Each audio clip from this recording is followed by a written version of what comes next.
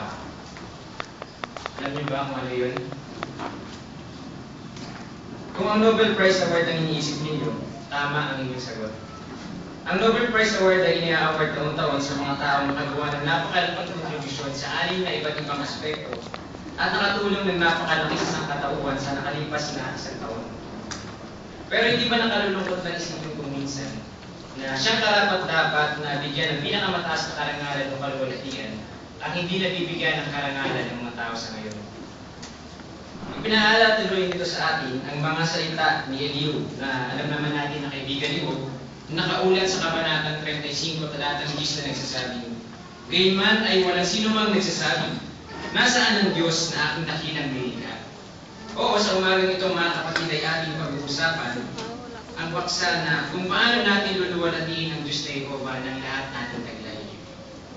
Pero bago tayo tumungo sa ating pangunahing paksa, makabubuti muna na isalang-alang natin kung ano ang kahulugan ng salitang kaluwalhatian.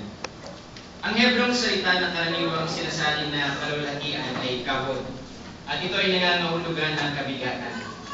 Kaya pinakikita ng kahulugan nito na ang taong niluluwalhati ay nagiging matimbang o kahanga-hanga. Pinapupulian yung kanyang dignidad, karangalan at yung kanyang kahalagahan. Ang katumbas nito sa Grego ay ang salitang doxa, at ito ay may diwa ng reputasyon